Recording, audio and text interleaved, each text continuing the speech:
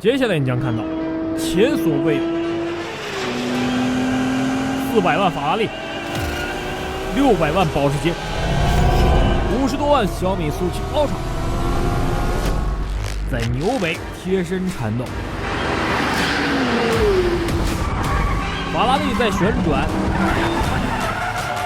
保时捷在咆哮，速七 Ultra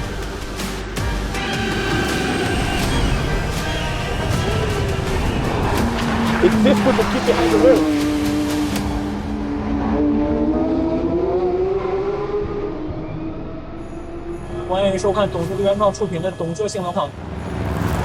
现在是在纽博格林北环的上空，我们也包下了纽博格林北环整条赛道。这是世界上最长、最残酷，也是最变化多端的一条赛道，长达20多公里，总共有170多个弯，最大落差达到300米。那把埃菲尔铁塔削个天线，基本上就能塞进去。这里以绿色地域著称，所以在这条赛道对车辆是一个综合的考验，稍有不慎就会发生车毁人亡的大事故。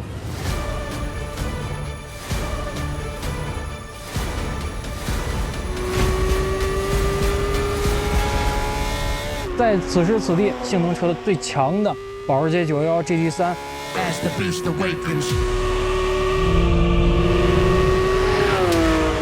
法拉利296，同时也有小米速七 Ultra， 我们都带了纽北。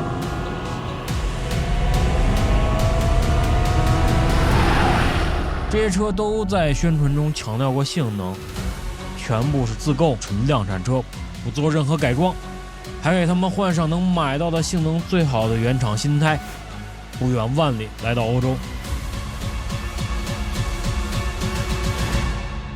当然，这些野兽也要由最强的人去驾驭。我们也找来了3位冠军车手驾驭这些性能车。少数能够拿到纽北24小时耐力赛3冠王的 Frank Swipler， 纽北官方圈速记录里也能多次看到他的名字，多次奉献出极限超绝的超车镜头。The Phoenix Audis are completely side by side. Very close indeed. Stippler goes ahead. Frank Stippler, an utter superstar for so many years. When you think Frank Stippler, you don't think anywhere else, you think Nordschleife. 还有2届纽北24小时耐力赛冠军 Augusto Farfus。 Look how close Augusto Farfus is. He's in a slipstream. BMW takes the lead. Tremendous overtake. The Brazilian is leading the motor race. 以及连续2届 DTM 德国大师房车赛总冠军、纽北24小时耐力赛冠军的 Timo Scheider。 Timo Scheider celebrating his second DTM success. 由3位世界顶级的车手挖掘他们的极限，去发现他们的问题，最终形成一套完整的评价体系。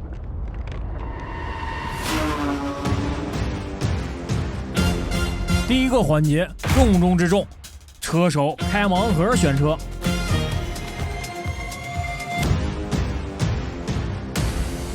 从最劲爆的一组开始，这一组的车型都非常的夸张啊，大家也能看到这个关键词，看特征可能不太能分辨出来，可能有陷阱。I get with the one the pizza on top.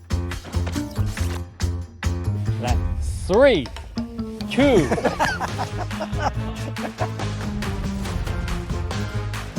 So let's see what's here. Ah. Look to this. Oh la la, this I like.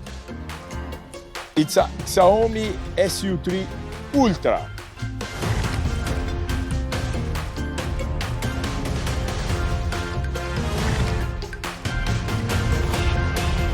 If you beat us tomorrow, you can write history. Yeah. Beating the Ferrari. I'll be Xiaomi factory driver.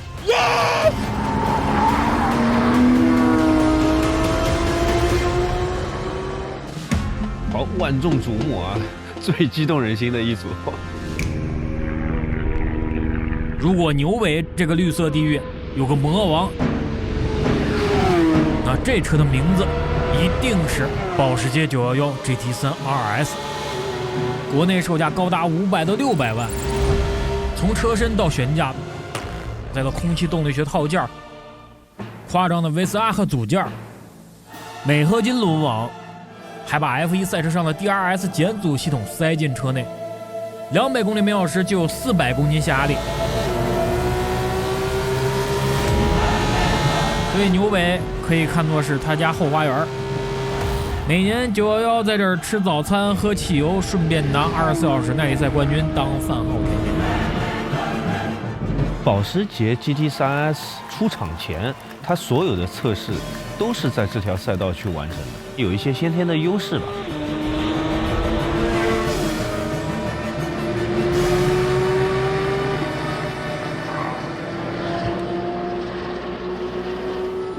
在纽北，下压力可是王道，而某些800匹马力意大利花瓶却只能小心别打滑。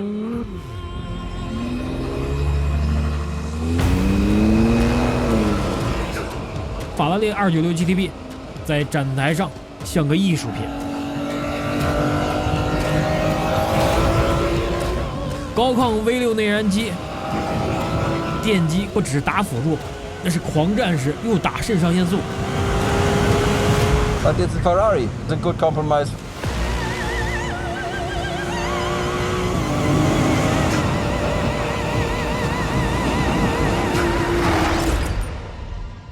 从绝对动力上，小米速7 Ultra 是最强那个。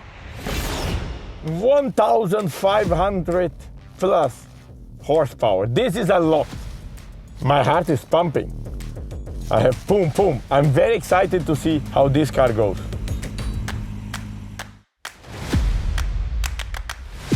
不过和已经去纽北刷圈速的那些小米速7 Ultra 不同，今天来的小米速7 Ultra 是真正速车。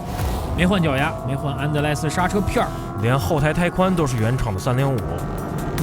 在做纽北圈速的时候，速7 Ultra 后面升级的这套套件还没有出，所以用普通的空气悬架去跑的这一圈。没换赛道套装的锻造轮网，也就没法用上325胎宽的倍耐力 Trophy RS。和大家能买到空悬版的速7 Ultra。区别只是前265后305的赛轮半热熔轮胎，速的像瓶白开水。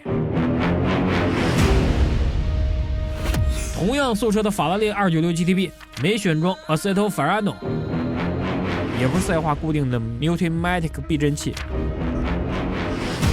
所以高速下压力会比纽北刷圈版本少250公斤，车重会多至少30公斤。但速车也是能抛开宣传，最能显示车辆真实力。面对这2位大魔王级别选手，小米速7 Ultra 这辆纯速车，如果能打平，都是比登天还难的任务。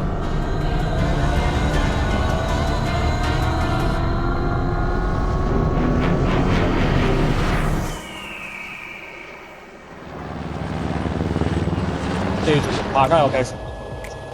纽博格林赛道清空了场地，给我们提供了赛事保障。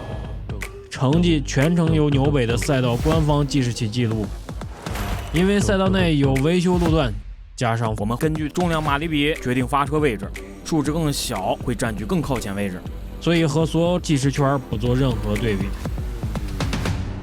So the gate is open. 现在他们在安全车的带领下正在换胎。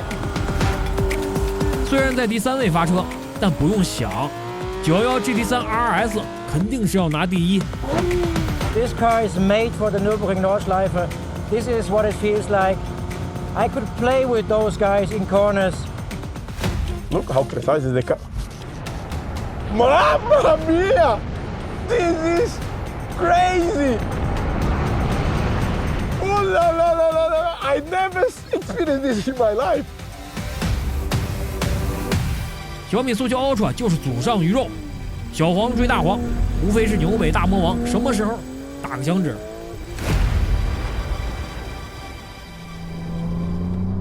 纽北安全车开进维修区那刹那，法拉利内的 Frank 眉头紧锁，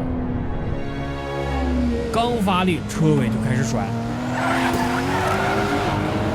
is impressive, but I think not good enough for the Xiaomi. 小米速七 Ultra 一骑绝尘啊！哦，很近很近，保时捷要超车，保时捷要超车。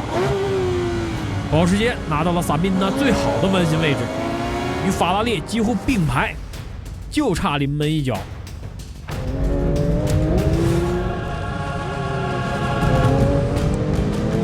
却被扭着的法拉利硬生生地压下去。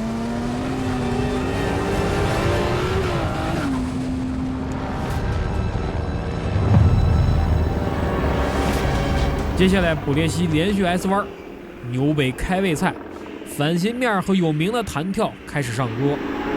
对保时捷911 GT3 RS 来说，那就是切瓜剁菜。This should be the quickest one. 似乎已经听到了响指声，弯道杀个片甲不留。尽管法拉利296在弯道后轮像溜冰鞋一样滑来滑去， It's a much more nervous car and exhausting to drive, challenging for the drivers. 但是保时捷却拿不到超车机会。525匹动力在法拉利296面前不够看。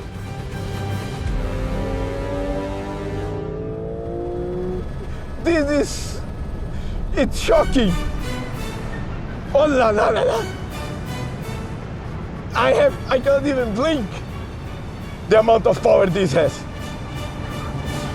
此时，小米速七 Ultra 带着无法呼吸的 Axto 正在释放它的1000匹动力，在布列希跑出了最高弯心速度97.73公里每小时，就连保时捷911 GT3 RS 横向计时也落后于小米，分段计时3车最快。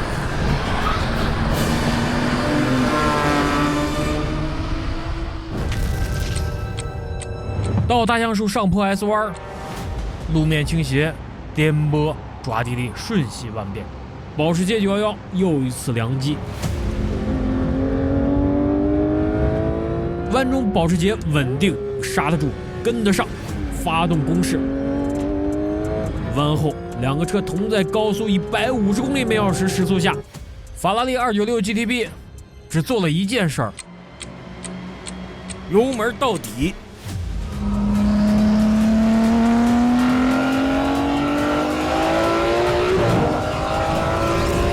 Timo 眼看着红色法拉利像慢慢撕开指甲下的倒刺一样，一点一点的从保时捷的刀刃前挣脱远去，也再次撕开了保时捷的伤口。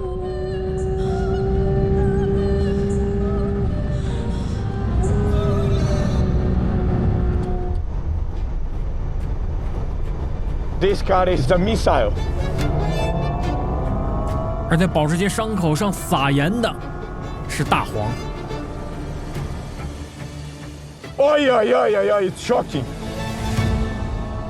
It is a Formula One. 到奎德巴赫高地前，法拉利296刹车点尾速238公里每小时。尽管保时捷 DRS 也打开了，可就像台风天打把伞不够用，留下心拔凉拔凉的 Timo。Cornering low speed, medium speed, and high speed corners, we are better. 我们先暂停一下。飞机场这个是一个纯高速弯 ，Ultra 横向最大加速度是1.1个 G， 法拉利是1.2个 G， 保时捷911 GT3 RS 1.3个 G， 这个代表你的横向的过弯力、抓地力的一个表现，越高就说明你的性能属性越高。最低速度 Ultra 是166.7， 保时捷911 182.3。因为这个弯只有加速嘛，它没有太多的一个减速，但是 Ultra 在这种情况下它还是慢了。这3台车的机械加上空气动力的下压力的差距还是比较的明显。哇，这边直路又被拉爆了。实线加速，毋庸置疑，它一定是最快的。This is crazy. 直道的高速路段，这就是为小米速七 Ultra 准备的康庄大道。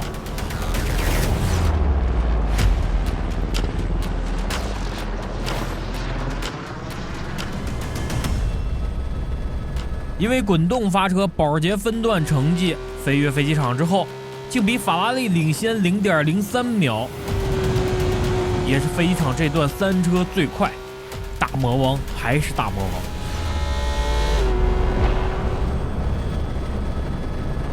目标说还是领先的，他跑在最前面。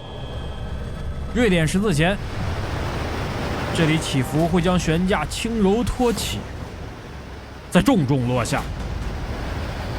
瑞典十字这种高速带一点点角度的这种夹弯，其实对于这个我们小米速七豪车来说的话，1500匹驾驶起来其实还是挺恐怖的。This is literally crazy. I'm working really hard here. I have my eyes.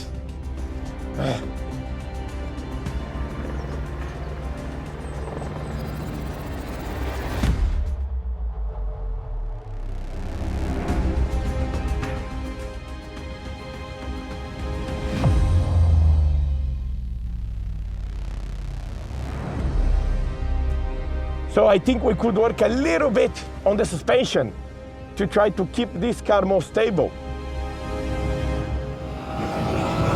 一向擅长操控驾驭的法拉利296 GTB 则在坡底这儿咣当托底儿了。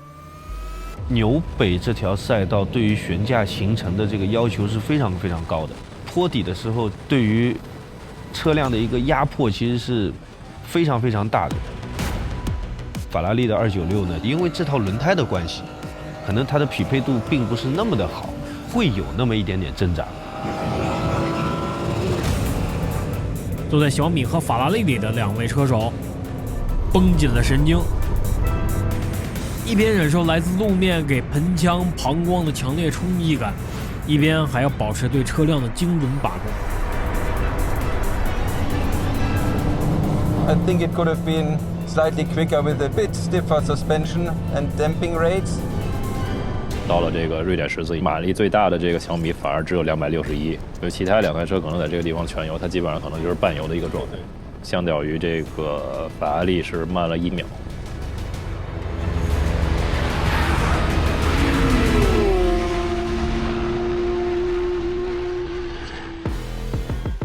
而阿伦山就是纽北典型陷阱区最大的盲弯，需要迅速制动，低速通过阿伦山这几乎140度的右转弯。对那些能晚刹车的高性能车来说，这里是超车天堂。法拉利内 Frank 有些紧张，不断瞄着后视镜里那辆小黄车。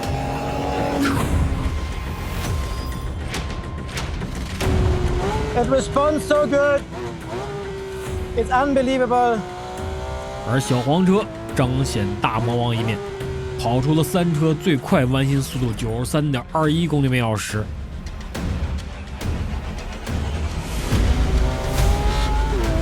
轮对轮已经比之前任何一次都近，这下响指该打了吧。提莫屏住呼吸，要超越了。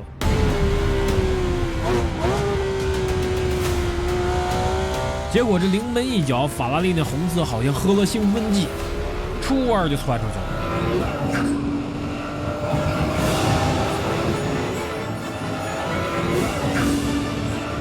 Fantastic. I'm really crazy car and still elegant. F1 的法拉利如果也这么牛就好了。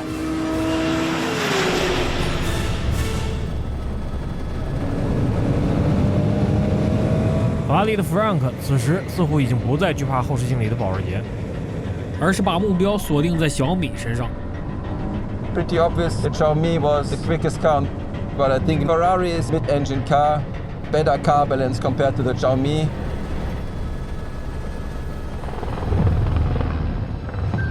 马上来到的狐狸洞有多夸张呢？车会从山脊以高速吸进谷底，你骑自行车都能冲到100公里每小时，也是纽北对悬架压缩最大的地方。I feel the weight when I come fast. This car tends to move.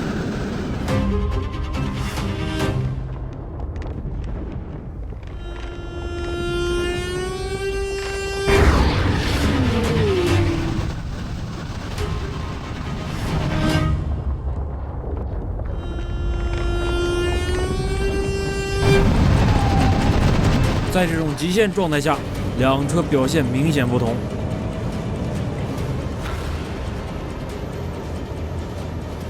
I have to say, it's actually quite crazy. Quite crazy.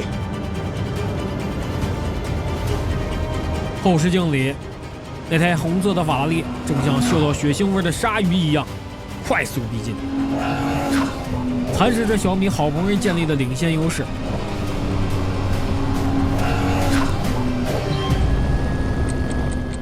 在狐狸洞，刹车点尾速、弯心速度、横向计值，三车有显著区别。此时赛段计时，法拉利296领先了1.15秒。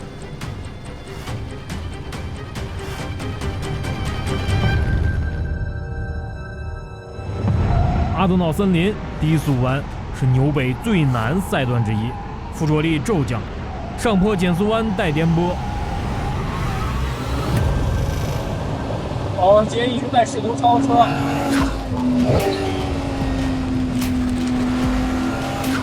法拉利突然甩尾，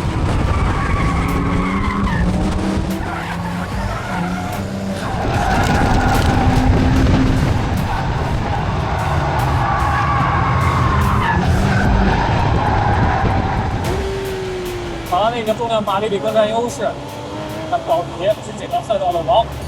GT3S 的觉得优势就是在于它的这个整个操控啊，就是让你真的是游刃有余，让你感觉很有信心。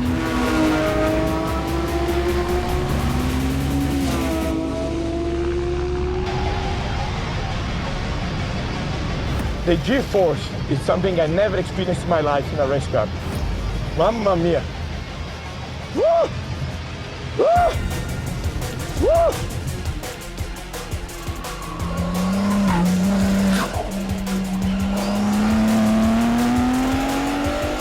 就算有蓝精灵加持的法拉利，在前半段似乎也无法完成超车。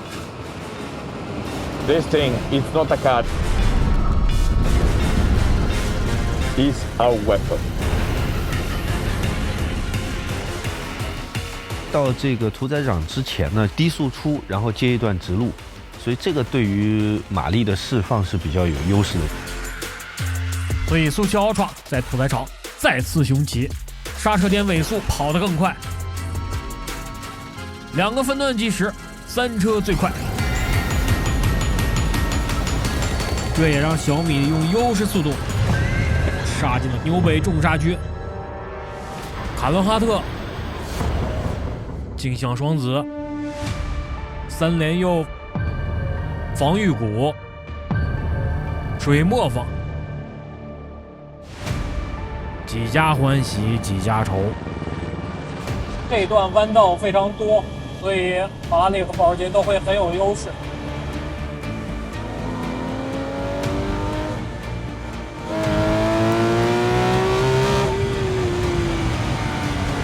迫切想超车的保时捷，横向计值三车最高，但每贴近都不足以应付法拉利296那作弊一样的电机幅度。仪表上小蓝条一出，法拉利就能躲过保时捷的追击。Speechless. This power is really impressive compared to the weight we have. 尽管接下来2段保时捷都有着最高弯心速度横向计值，可法拉利不讲武德呀！量产车比 GT3 RS 竟然多了300多匹，那都是500多匹，保时捷911 GT3 RS 早就超车了。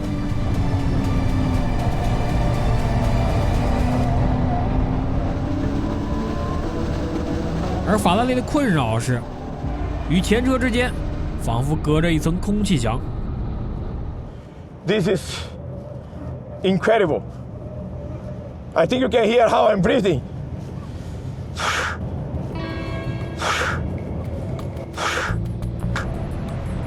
Shocking.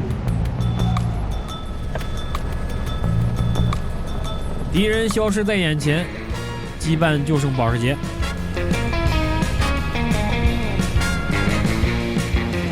I get to 200 in a blink of an eye. 经过重刹区的洗礼，小米速乔 Ultra 成功在赛道计时上夺回领先。照此下去，将在两大魔王面前赢得纽北胜利。水磨坊之后，高速直线大上坡。Look at this. 对于1500匹马力的小米，如同大胃王嗦粉一样简单。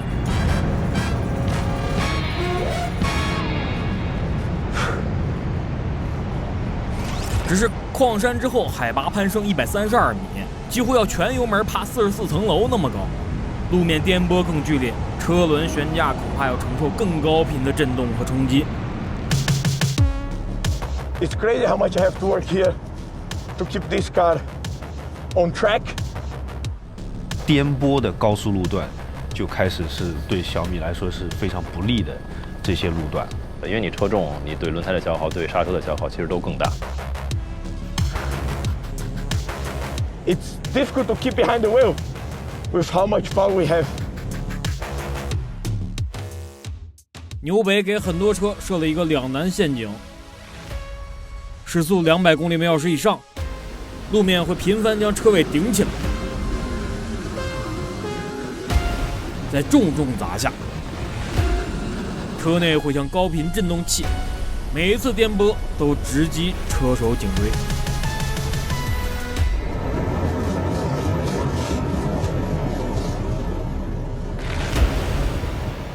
Car feels very active over bumps.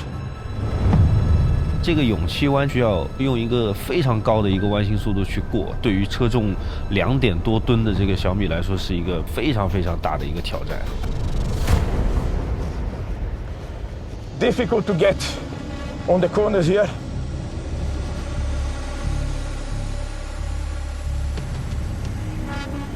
稍松油门等于在示弱，这根本逃不过弗兰克的敏锐的鹰眼。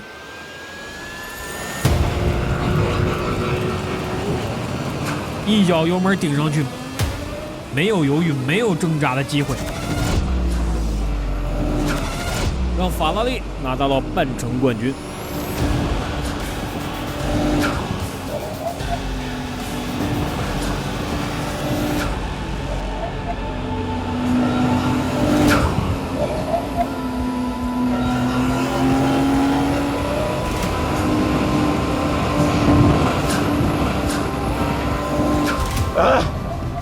The Ferrari pass. The Ferrari pass. 法拉利超车，保时捷马上也要超车。保时捷弯心速度137.2，小米速七 Ultra 是124.3。现在什么情况？保时捷超车了吗？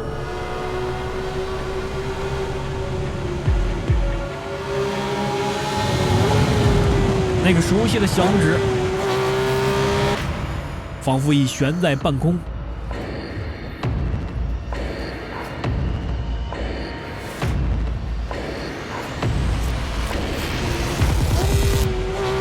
The Porsche had no chance.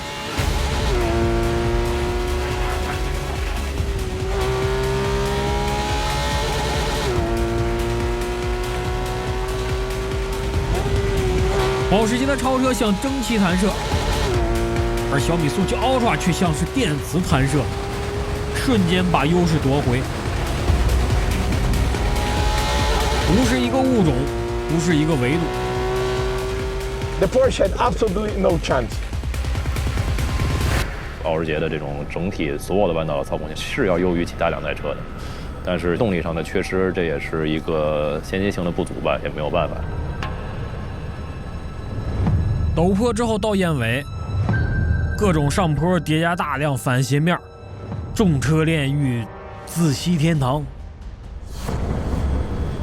保时捷在弯道上的优势非常明显。侧外程对这小米速七它的压力是非常大的。Look, the Porsche will try to get around me here. 保时捷要和小米轮对轮，硬碰硬。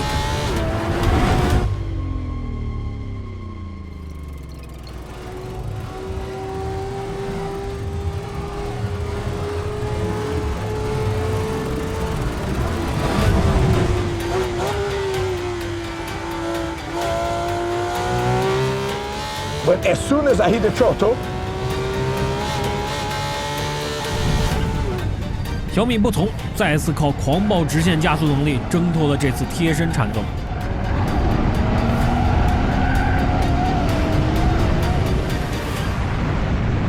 I can get close to them. 他们3个车紧紧地缠斗在一起，非常近。进入了旋转木马弯。法拉利296 GTB 的弯心速度是74.6 ，Ultra 的话只有71.8。There was a good move from the Ferrari. Let's try to give them a hard time now.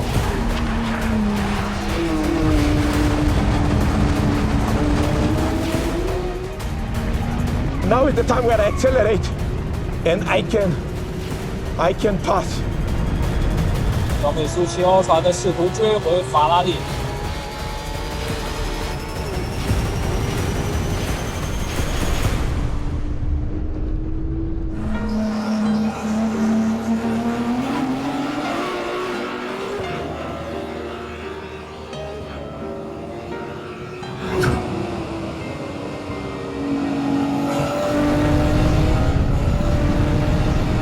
Just here is a difficult part to pass.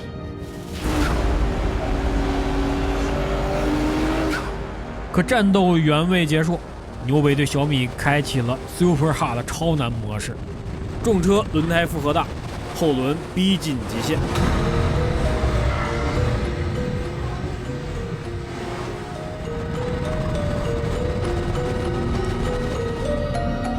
Now is where the Porsche will come. 保时捷911 GT3 RS 再次如鬼魅般贴上。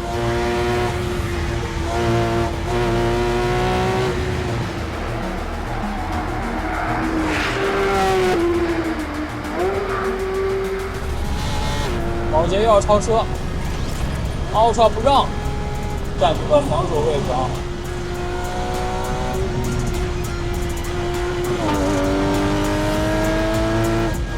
I'm feeling very confident here because the acceleration is where it makes. 小米305宽的后胎，车轮已经打滑。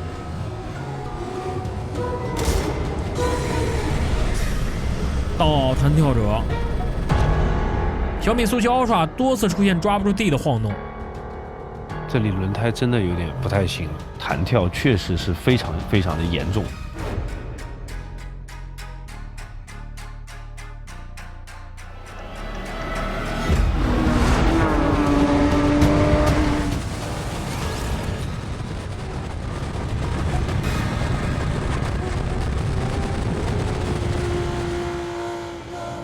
I can see the Porsche behind of me. This car is not so much lower on the corner.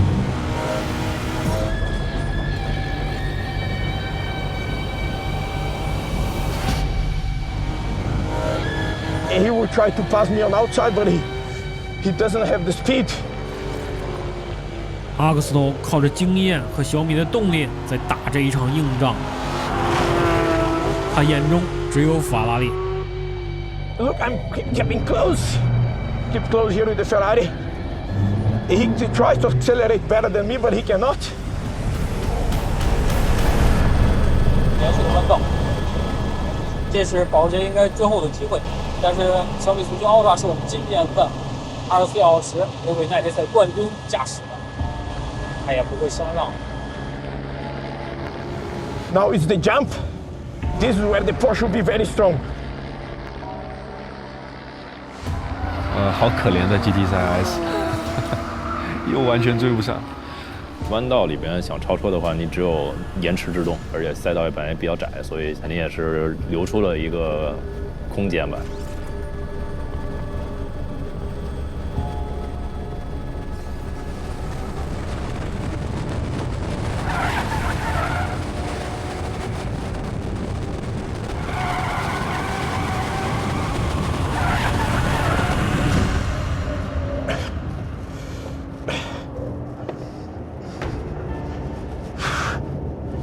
This is the difficult part of where the Porsche will be strong and I will be really struggling.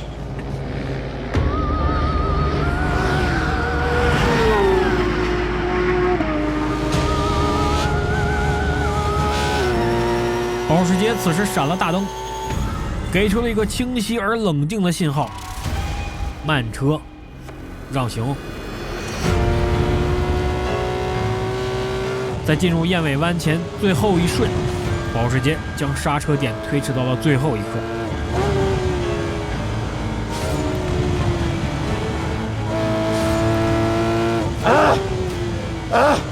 He passed. 响指终于打响，纽北大魔王完成了这次憋大半场的超越。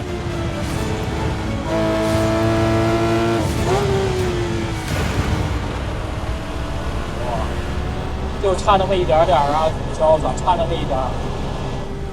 这3位车手真的是已经在全力的在 push， 还有2个弯就到我们的大直路了。超车之后的 Timo 却依然没法专注前方，开始不断关注后视镜里的情况。Look here, now I get close to them. I will get them all on the straight. Understeer.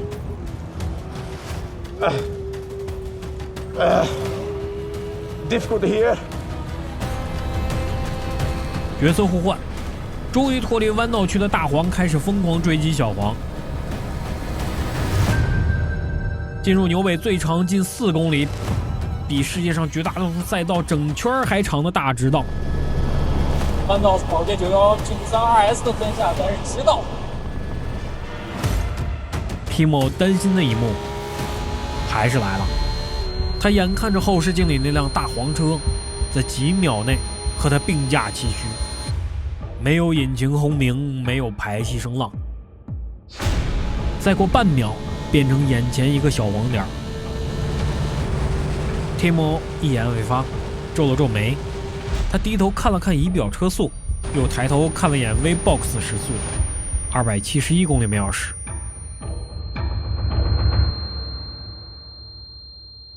他坐在一辆还在地板油加速中的保时捷911 GT3 RS， 在纽北最长大直线上被一辆黄色4门轿车在2秒内超车，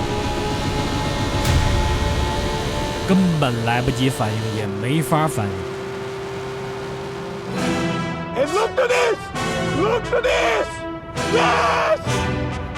Yes! Yes! 哇塞！哇，彻底被拉爆，这马力差距太大了。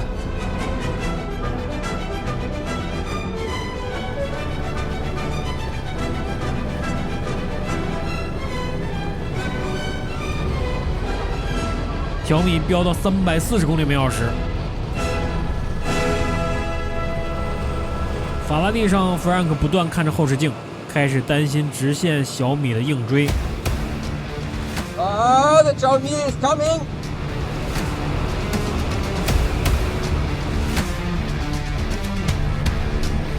大直路之后高速下坡弯，小米速七是需要刹车的。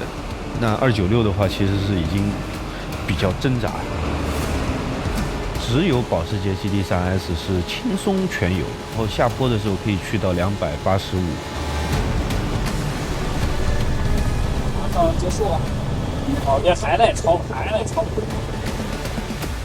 Timo 在动物园接高于组合弯，试图最后奋力一搏。High performance. Fantastic. A spaceship rocket.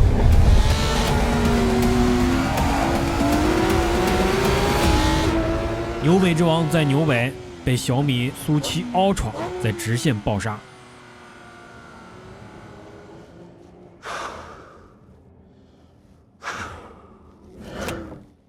This was fantastic!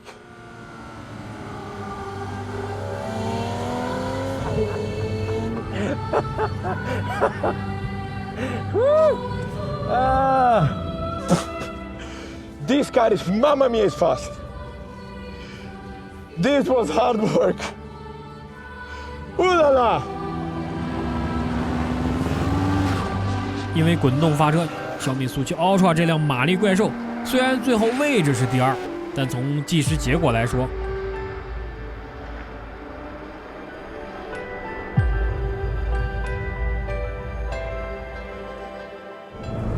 Zhao Mi was catching me a lot on the Döttinger Höhe, but at least we survived.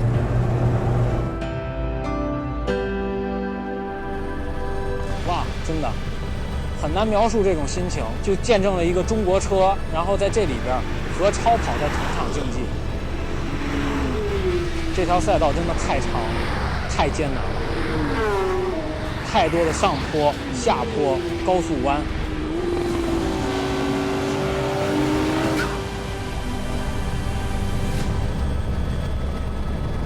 全世界无与伦比的一条赛道。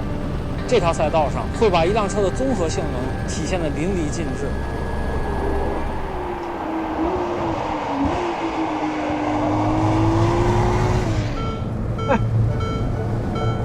This victory was much more challenge. Still always a pressure to ride a Ferrari.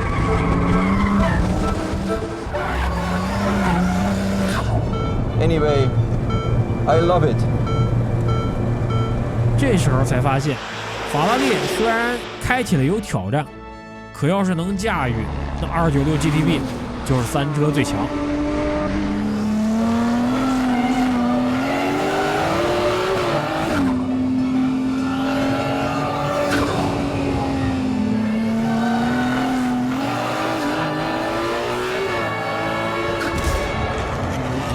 在2023年24小时纽北耐力赛，法拉利296以162圈的成绩打破了德国车统治纽北20年纪录，也是迄今为止纽北耐力赛最多圈数完成纪录。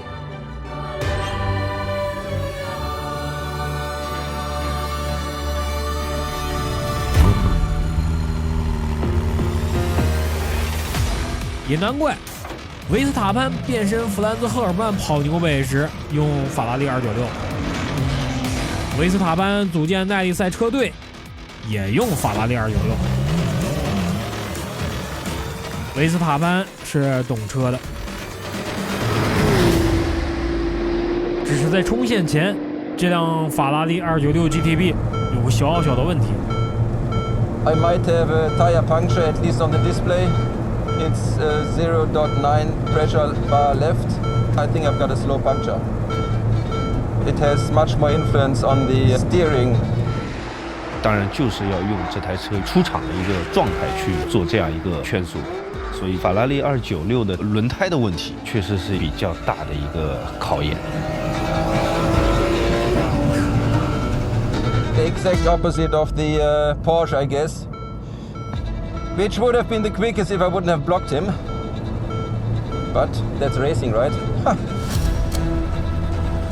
全场保时捷总共15次试图超车，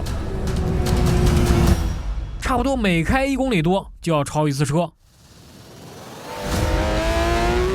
GT3S 它的一个弯道性能、它的制动性能、它的加速度、它的整个马力的输出，我认为是这3台车当中最均衡的一台车。This car is made for the Nürburgring Nordschleife. For the full lap time, for sure, this should be the quickest one. 皮莫说的很对，事实证明，保时捷也确实造出了纽北弯道王者。但空气动力学套件在增加下压力的同时，丧失了更高极速。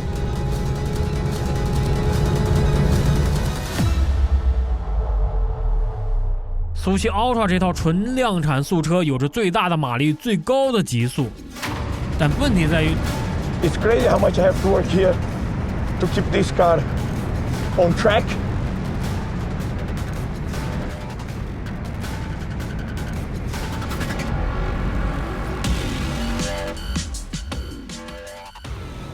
Car feels very active over bumps.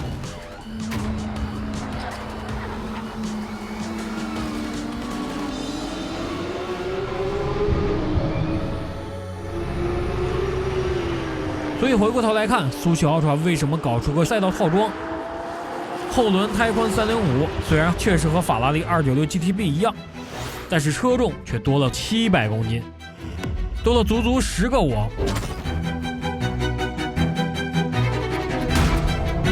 后半程胎温升高，轮胎性能下降，所以后轮胎宽从305改为325，四轮换21寸锻造轮网，降低20%左右簧下质量，用来应对纽北弯道的载荷转移，并且用纽北各个厂家刷全利器贝耐力 Triple RS 半热熔轮胎，增加轮胎有效容积，来大幅提升后轮刚性。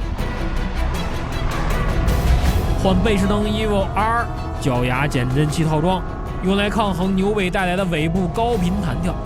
赛道套装10万元，需要买车时就选购上。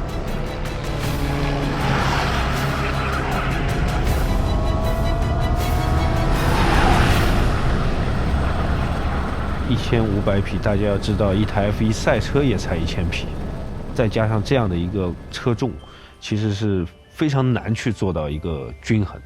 这台车不会给你带来那种畅快淋漓的这种感觉，它可能更多的就是小心、冷静、冷静、冷静再冷静，就是这样的感觉。This is literally crazy. I'm working really hard here. I have my eyes. 连专业的车手，包括我们去开这么大马力的一台电车的时候，其实是会有一些心有余悸。对于一个普通人来说，那肯定是一件有一些风险的事情。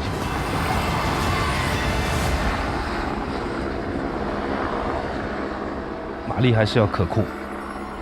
关于新能源车在将来动力加速度的限制的一个提议，我觉得也是非常有必要的。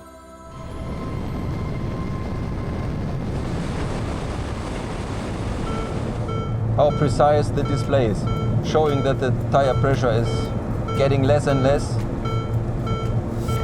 It's on the very edge regarding the driving skills. During a second lap, I'm pretty sure that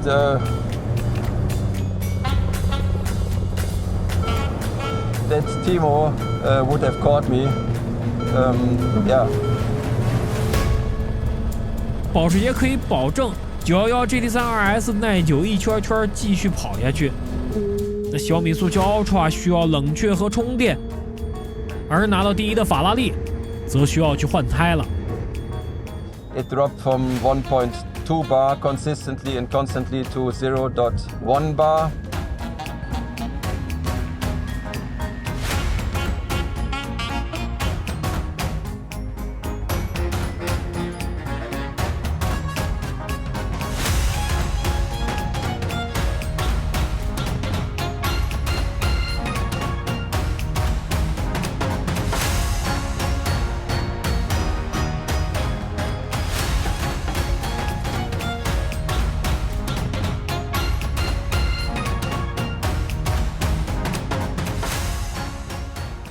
So we just finished our supercar lap, and actually was great fun. We were battling, but I think none of us could really take the full potential of the car. That's true. So I did. you did. He won the race. I was the only one. I didn't. I didn't. Shall we ask them? Can we do the lap again alone to try to put the lap time? No. No, yes, No. we should go again No, with no. supercar. If you want to. Okay. Yeah, Okay, we go. I see on track. That's not fair. of course it is. 最后也会按照车手们心愿，3车在间隔发车，单独跑一圈。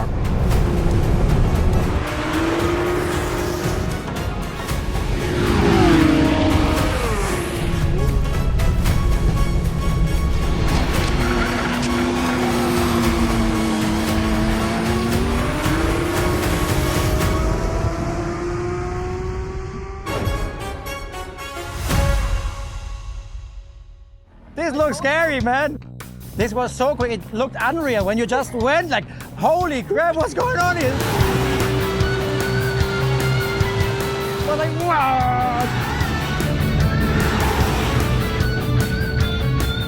Unbelievable. Look how sweaty I am. Man, it's shocking. Yeah, it is. You should try it. This is shocking. Yes! Yes! Pretty cool, man.